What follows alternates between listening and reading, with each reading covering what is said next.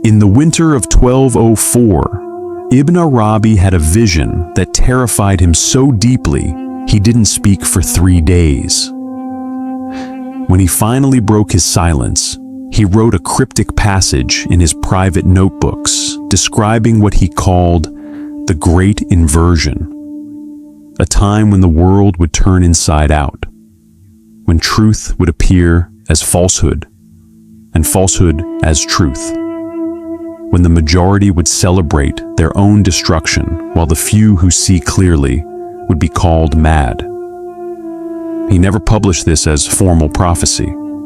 It was buried in his personal writings, discovered centuries after his death. Some scholars dismiss it as metaphor. Others claim he was describing spiritual states, not historical events.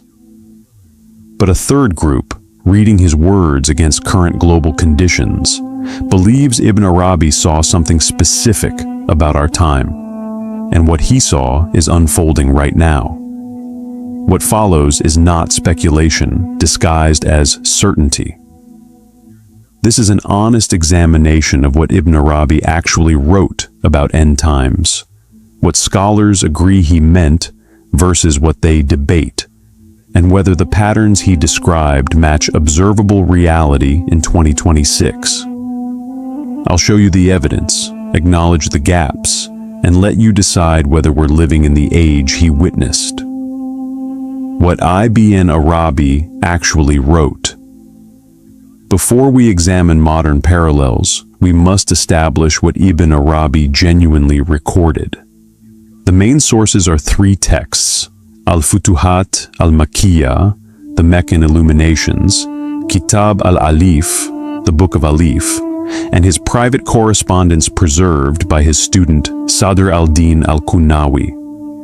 I'll quote directly and note where transmission is uncertain. In Futuhat, Volume 3, Chapter 366, Ibn Arabi writes, "There will come a time when knowledge becomes so abundant that ignorance disguises itself as expertise. Every fool will have a platform, and every sage will be silenced by the noise of the crowd. The learned will be drowned out by those who have memorized without understanding, who can recite but cannot penetrate meaning." This passage is authenticated across multiple manuscript traditions. Scholars agree Ibn Arabi wrote these words. What they debate is whether he meant a specific future period or a recurring pattern in every age. In Kitab al-Alif, a text whose attribution to Ibn Arabi is accepted by most but questioned by some, he describes what he calls the reversal of the natural order. "I saw in vision a time when children will command their parents, when the young will have no respect for the old, when women will dress as men and men as women, when the poor will appear rich through debt, and the rich will hoard while the world starves." This sounds strikingly specific, but we must be careful. Similar descriptions appear in Hadith literature, particularly the collection of signs of the hour described by the Prophet Muhammad, peace be upon him. Ibn Arabi may have been elaborating on established prophetic tradition rather than receiving independent revelation about the future. The most controversial passage comes from letters to his student Kunawi, preserved in the Istanbul manuscripts. Here, Ibn Arabi writes, "The great tribulation will not come from outside the Ummah, but from within it. The enemy will dress in the garments of the friend. The destroyer will quote Quran. The greatest fitna will be those who claim to defend Islam while destroying its spirit." This is where we enter uncertain ground. The letters exist, but dating them precisely is difficult. Some scholars argue these were written during the Mongol invasions and refer to that specific crisis. Others believe they reference a future period. The ambiguity is real, and honesty requires admitting it. Setting aside contested passages, There's a pattern in Ibn Arabi's verified writings about civilizational decline. He identifies 5 stages, and this framework is well documented across multiple texts. Stage 1. The multiplication of information without wisdom. Ibn Arabi describes a time when books multiply but understanding decreases. People have access to more knowledge than any previous generation, yet they know less. They confuse information with insight, data with wisdom. They can search for any answer but have lost the ability to ask meaningful questions. Look at the world today. We have the entirety of human knowledge accessible through devices in our pockets. Yet mental health crises are epidemic. Depression and anxiety are at historical highs. People know more facts but have less understanding of how to live. Is this what he saw? Stage 2. The inversion of sacred and profane. He writes about a time when the sacred is mocked publicly while the profane is celebrated. When modesty is called backwardness and shamelessness is called liberation. When devotion to Allah is considered fanaticism, while devotion to material wealth is considered success. This isn't just moral decline. Ibn Arabi was more subtle than that. He described a specific psychological inversion where people genuinely believe the reversed values are progress. They're not consciously choosing evil over good. They've redefined good and evil so completely that they pursue destruction while thinking it's enlightenment. Stage 3. The fragmentation of community. Ibn Arabi predicted a time when the Ummah would shatter into countless factions, each claiming to represent true Islam while condemning all others. Not just the major sectarian divisions, Sunni, Shia, Kharijite, but infinite subdivisions within subdivisions. Everyone with their own sheikh, their own interpretation, their own claim to authority. More specifically, he described the breakdown of natural communities, family, tribe, neighborhood, and their replacement with artificial associations based on ideology or interest. People would feel more connected to strangers who share their opinions online than to their own relatives. Stage 4. The dominance of form over essence. He foresaw a time when Muslims would perfect the external forms of religion while gutting its internal reality. Prayer would be performed with mechanical precision while hearts remained dead. Quran would be recited beautifully while its meanings were ignored. Islamic law would be debated endlessly while Islamic ethics were abandoned. Ibn Arabi called this the worship of worship, making an idol out of religious practice itself. People would use Islam as identity, as political weapon, as social capital, but not as actual transformation of the soul. Stage 5. The emergence of the Dajjalic consciousness. This is his most esoteric teaching. Ibn Arabi rarely used the term Dajjal, the Antichrist, in the literal sense.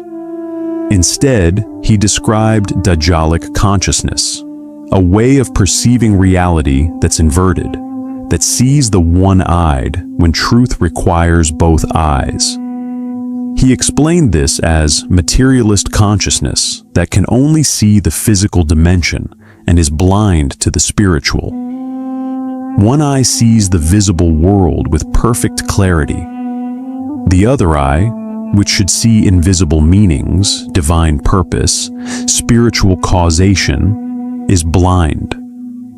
This creates a distorted, flattened reality where everything is reduced to matter, power, and self-interest. When this consciousness becomes dominant, truth speakers appear insane because they're describing a dimension the masses can no longer perceive. The Dajjal is not just a person who will come, It's a mode of consciousness that gradually consumes civilization until someone embodies it completely. The question of timing. Here's where scholarly debate intensifies. Did Ibn Arabi believe these stages would unfold in his lifetime, in a distant future, or in every age as recurring patterns? The evidence is mixed. In some passages, he clearly describes these as eternal tensions present in every generation. In others, he seems to point toward a specific future culmination. His student Kunawi recorded this exchange. Student: Master, when will these tribulations you describe come to pass? Ibn Arabi: They are already here in seed. They have always been here. But there will come a harvest time when all seeds ripen at once. This suggests he saw both, a permanent underlying pattern and a specific period when all elements would converge simultaneously with unprecedented intensity. Most scholars interpreting Ibn Arabi's eschatology argue he was not predicting calendar dates. He was identifying archetypal patterns that intensify as civilizations move through cycles of rise and decline. Whether we're in such an intensification period now is not something he definitively stated. However, one passage in Futuhat has drawn particular attention. Ibn Arabi writes about the age when iron birds filled the sky and knowledge travels faster than sound. Medieval commentators had no framework for understanding this. Modern readers immediately think of airplanes and telecommunications. Is this coincidence, metaphor, or genuine foresight? We must be cautious. Vague prophecies can be retrofitted to any age. Every generation thinks it's living in the end times. Confirmation bias is powerful. We notice matches and ignore mismatches. Professional historians and Islamic scholars warn against seeing current events as fulfillment of medieval predictions. Yet the specificity of some passages is striking.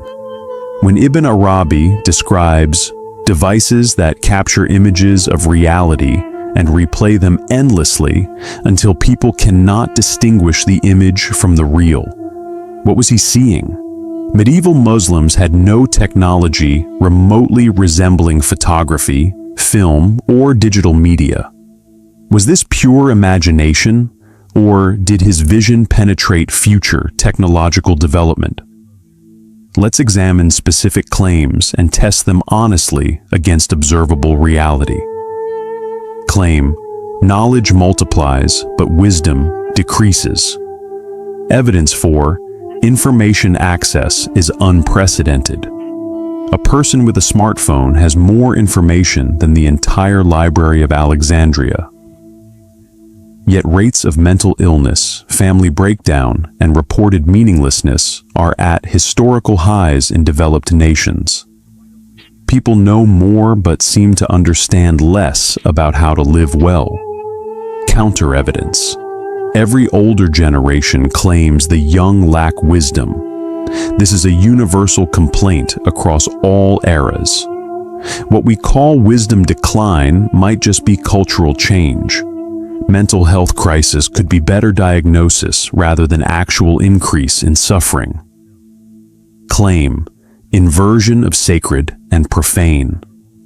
Evidence for: in many societies, traditional religious values are openly mocked, while behaviors once considered shameful are celebrated as identity and rights. The sacred is privatized while the profane is publicized. Modesty is called repression. Immodesty is called empowerment. Counter-evidence. This describes Western secular culture specifically, not the entire world. Much of the Muslim world, Africa, and parts of Asia retain traditional values. What looks like global inversion might just be regional cultural shift. Claim: fragmentation of Muslim unity. Evidence for: the Ummah is more divided than ever. Not just Sunni versus Shia, but Salafi versus Sufi, modernist versus traditionalist, literalist versus contextualist, each faction condemning others. Social media has amplified these divisions, creating echo chambers where people only hear validating voices. Counter-evidence. Historical Muslims were also divided, violently. The first civil war was within decades of the Prophet's, peace be upon him, death. Ibn Arabi himself lived during the Crusades and witnessed tremendous Muslim disunity. Perhaps unity is the exception, not division. Claim: dominance of form over essence. Evidence 4. Many Muslims today focus intensely on external markers, beard length, dress codes, ritual precision, while displaying little actual ethical transformation. Quran is recited without comprehension. Prayer is performed without presence. Islamic identity is claimed without Islamic character. Counter-evidence. This has always been true of most religious people in every tradition. The gap between professed belief and actual behavior is not new. What might be new is our awareness of it through mass communication. Claim: emergence of materialist consciousness. Evidence 4. The dominant global worldview is scientific materialism. Only matter is real, consciousness is brain activity, meaning is subjective, purpose is illusion. This is taught in schools, assumed in media, encoded in institutions. The spiritual dimension is dismissed as pre-scientific superstition. Counter-evidence. Materialism has been growing for centuries. It's not new to our generation. Also, there's a counter-movement. Interest in spirituality, mindfulness, meaning is resurging even in secular societies. Contemporary Islamic scholars interpreting Ibn Arabi's eschatological writings fall into 3 camps. The literalists believe Ibn Arabi had genuine prophetic insight into specific future events, that we are in the period he foresaw, and that the convergence of signs indicates proximity to the day of judgment. They point to the unprecedented nature of current global conditions: technological revolution, environmental crisis, moral chaos. As evidence, we're in a unique period, not just another cycle. The symbolists argue Ibn Arabi was describing spiritual states using temporal metaphors. The end times are not calendar events, but stages of the soul's journey. When he speaks of knowledge without wisdom, he means the ego accumulating information without surrendering to divine guidance. When he speaks of inversion, he means the nafs al-amara dominating the heart. These prophecies are always relevant because they describe permanent human conditions. The cyclicalists read Ibn Arabi through the lens of Islamic philosophy about civilizational rise and fall. Every civilization goes through birth, growth, maturity, decline, and death. Ibn Arabi was identifying the markers of decline phase. Muslim civilization is in decline now, hence the markers appear. This doesn't mean the world is ending, just that this particular civilizational cycle is ending, and a new one will eventually emerge. Which interpretation is correct? Ibn Arabi himself might say all 3 are true simultaneously, depending on which level of reality you're examining. His entire teaching method was holding multiple layers of meaning at once.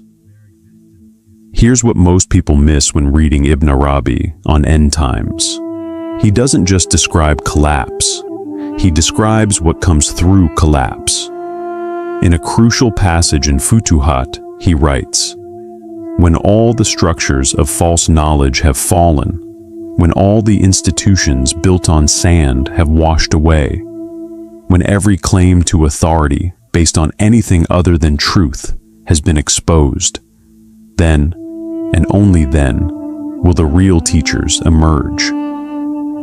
Not from the centers of power, but from the margins. Not from the famous, but from the hidden. Not from those who sought leadership, but from those who fled from it. He describes a renewal that comes through crisis, a stripping away of everything false until only the essential remains. A return to the simplicity of early Islam, not by choice, but by necessity, because all the elaborate superstructures will have collapsed. This is not optimism, it's a different kind of realism. Ibn Arabi is saying the death of false forms is necessary for the rebirth of true essence. The end of one thing is always the beginning of another. He identifies signs of this renewal. You will know them by their humility, not their credentials, by their service, not their claims, by their silence about their own stations and their loud defense of the oppressed. They will not seek followers, yet people will be drawn to them like moths to light. Is this happening now? In the chaos of our time, are such figures emerging? Not the famous televangelists or political Islam leaders, but the quiet servants, the authentic teachers, the ones restoring the soul of Islam while others fight over its body? Is Ibn Arabi's prophecy happening now? The truthful answer is, we don't know with certainty. What we know, he described patterns that do appear intensified in our time. The multiplication of information without wisdom is observably true. The fragmentation of Muslim unity is measurable. The dominance of form over essence in religious practice is widely acknowledged. The spread of materialist consciousness is documented. What we don't know, whether these patterns are historically unprecedented or just more visible due to global communication.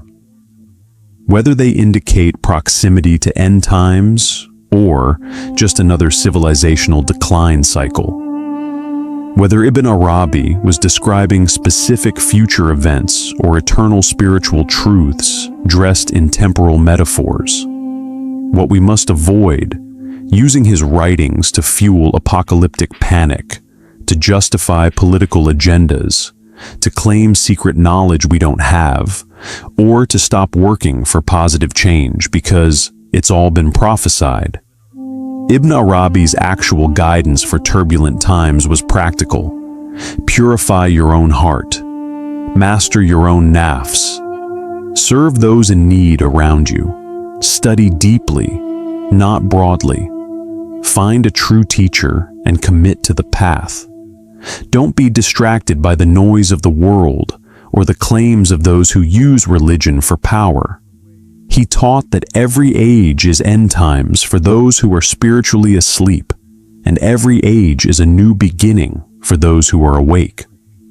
The question is not whether we're in the final days. The question is, are you awake in the days you're given? Whether these are the end times Ibn Arabi saw, or just another dark period in a long human story, the response is the same. Turn inward, seek truth, serve creation, trust Allah. Everything else is speculation. Comment below, do you see the patterns Ibn Arabi described in the world around you? Be specific about what you're observing.